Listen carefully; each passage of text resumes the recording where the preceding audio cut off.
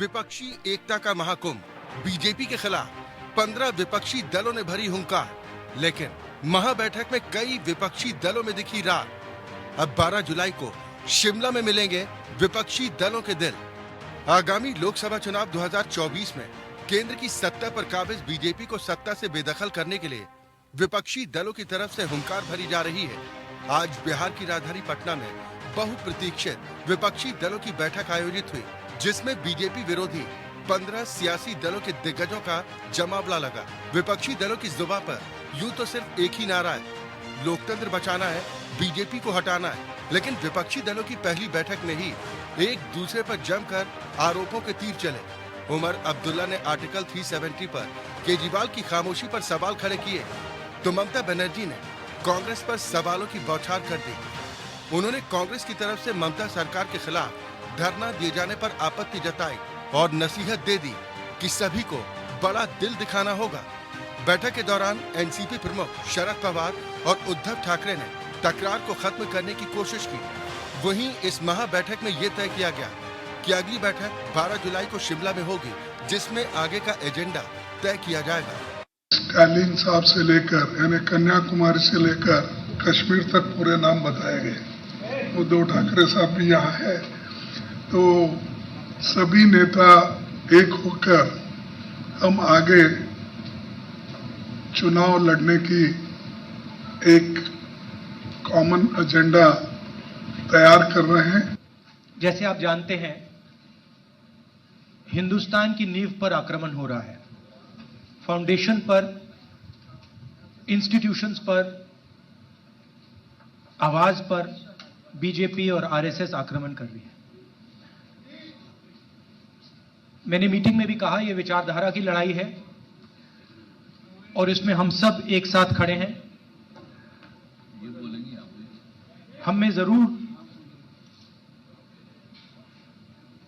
थोड़ी डिफरेंसेस होंगी, मगर हमने ये निर्णय लिया है कि हम एक साथ काम करेंगे, फ्लेक्सिबिलिटी के साथ काम करेंगे और जो हमारी विचारधारा है, जिसको हम शेयर करते हैं, उसकी हम रक्षा करेंगे। ममता बनर्जी, अरविंद केजरीवाल, भगवंत मान, एमके स्टालिन समेत 6 राज्यों के सीएम और अखिलेश यादव, उद्धव ठाकरे, महबूबा मुफ्ती समेत 5 राज्यों के पूर्व मुख्यमंत्री शामिल हुए।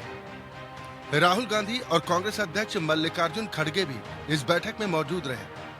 बैठक में 2024 के लोकसभा चुनाव और पीएम नरेंद्र मोदी और बीजेपी को सत्ता से हटाने को लेकर रणनीति पर चर्चा हुई। ज्यादातर सभी बीजेपी विरोधी दलों का मानना है कि अगर बीजेपी से मुकाबला करना है तो आपसी मतभेदों को भुलाकर एक साथ आना ही होगा। We will fight unitedly। ये दूसरी बात है, हम लोग एक साथ में लड़ेंगे। तीसरी बात ये हुआ है कि हमारा लड़ाई, हमको अपोजिशन मत बोलो, हम लोग भी देश का सिटीजन है, हम लोग भी पैट्रियोटिक है, हम भी देशप्रेमिक है, हम भी भारत माता कहते हैं। मणिपुर जलने से हमारा भी आग जलते हैं। मल्लिकार्जुन खड़गे जी करेंगे, उसके बारे में इन्होंने बता दिया है डेट, और वो बताएंगे। अभी हम लोगों ने ही कहा कि जल्दी करना है, तो ये लोग अगले महीने जल्दी से जल्दी करेंगे। एक मीटिंग हो जाएगा तो वो तो एकदम समझिए कि वो अंतिम रूप ले लेगा। कौन कहाँ लड़ेंगे, क्या है, सब चीज के बारे में सब हो जाएगा। तो सहमति थी, ये हो गया है और बहुत अच्छे ढंग से, और सब लोगों ने माना है कि हम लोग मिलकर के चलेंगे और देश के हित में है। अभी जो भी शासन में है वो देश के हित में काम नहीं कर रहे। वहीं बीजेपी विपक्षी एकता पर चुप्पी ले रही है। गृह मंत्री अमित शाह ने इस बैठक पर तंज कसते हुए कहा कि आज पटना में फोटो सेशन चल रहा है। विपक्ष पीएम मोदी और एनडीए को चुनौती देना चाहता है। अमित शाह ने दावा किया कि पीएम मोदी 300 से ज्यादा सीटें जीतकर प्रधानमंत्री बनेंगे। वहीं स्मृति ईरानी ने इस बैठक को लेकर कहा कि वो विशेषकर कांग्रेस को धन्यवाद देना चाहती हैं, क्योंकि कांग्रेस ने स्वीकार कर लिया है कि वो अकेले पीएम मोदी को नहीं हरा सकती। ऐसा करने के लिए उन्हें दूसरों के समर्थन की दरकार है। स्वार्थ का गठबंधन, निशाने पर हिंदुस्तान। आज वो राजनीतिक दल जो एक दूसरे को आंख नहीं सुहाते थे, एकत्रित हुए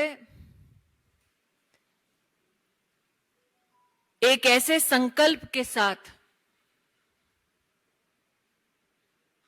जो भारत को आर्थिक प्रगति से वंचित कर पाए। स्वार्थ का ये गठबंधन बहुमुखी है। यानी मिशन 2024 को लेकर अब आर पार की लड़ाई का ऐलान हो चुका है। बीजेपी जहां विरोधियों को एक बार फिर शिकस्त देकर सत्ता की हैट्रिक लगाने को बेकरार है, तो विपक्षी दलों को भी लगता है कि अगर केंद्र से मोदी सरकार को सत्ता से हटाना है तो बगैर साथ आए बात नहीं बनेगी। यही वजह है कि येन केन प्रकारणेन विपक्षी दल एक मजबूत गठबंधन बनाने की जुगत में है, जिससे बीजेपी को सत्ता से बाहर किया जा सके। लेकिन विपक्षियों की ये राह अभी इतनी आसान भी नहीं होने वाली। Bureau report, EPN।